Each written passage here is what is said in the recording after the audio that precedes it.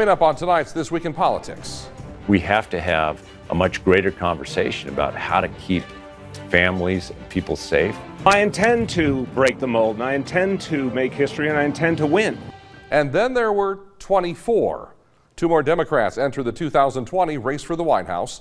We'll hear from Montana Governor Steve Bullock and New York Mayor Bill de Blasio in just a few minutes from now.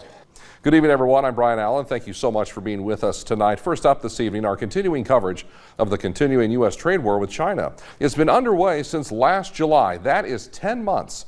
And just this last week, an announcement on new tariffs. The U.S. increasing tariffs to 25% on $200 billion worth of Chinese imports. China then responding by imposing 25% tariffs on $60 billion worth of American goods. Continuing to be trapped in the middle, American farmers, South Dakota farmers, cut off from the growing Chinese marketplace and one of the world's biggest economic engines. Tonight we're talking with Doug Somke, president of the South Dakota Farmers Union. Every passing day that this trade war continues between the United States and China is another day that South Dakota farmers find themselves on the tip of a spear. These countries are arguing about international trade as farmers who want to engage in international trade are sidelined. I've been in a boxing fight. I've been hit in the jaw. I'm on the floor, and now someone kicked me. Doug Somke is the president of the South Dakota Farmers Union and says watching this trade dispute flare up instead of cool down leaves producers with a growing sense of angst and fuels fears that what was to have been a temporary situation may now instead become a deeply entrenched dispute, one that will do lasting damage to international trade and the American farm economy. 10 months it's been, and we're still not seeing any resolve or any feeling of there's a future ahead of us now. We've lost them markets. There is a history lesson here. In 1980, then President Jimmy Carter enacted a wheat embargo against the Soviet Union to punish them for their 1979 invasion of Afghanistan. That embargo lasted 1 year, but in that time, the Soviet Union enacted new trading partnerships with the Ukraine and South America. And when then President Ronald Reagan ended the embargo, the Soviet Union maintained their new trading alliances and reduce trade with the U.S. Once you lose the markets, getting them back is really tough. And it is that 1-2 punch of losing access now and potentially losing out on access in the future that has many farmers who at first supported the White House's tough stance on China now questioning it. Farmers are patient people, but that patience is now being tested. I would say it's being tested, yes. I think there's, it looked like this was going to be a quick, short-term situation, and it's really turned into a year almost now, and probably going to be a long. I really see this thing going probably until the election. It just seems to be that that's what the Chinese are manipulating the process to.